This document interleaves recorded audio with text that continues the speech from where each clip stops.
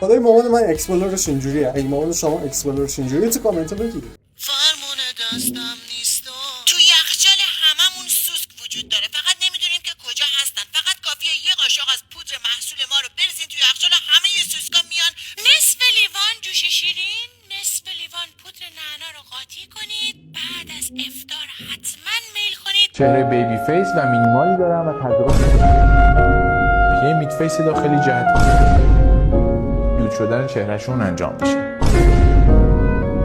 شبیه فیلم آیتی شدی، چه قیافه، چی دکتر جون، دکتر کار بدی که تو چوسیده چیه موضوع؟ شارمیس من بوس برده یاد گرفت. حالا شارمیس مامان بوس بفرست واسه خاله، بوس بفرست شارمیس.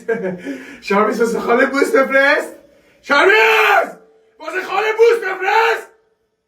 اینا خدا جان ماما. بای بای کن بوس بای بوس بای.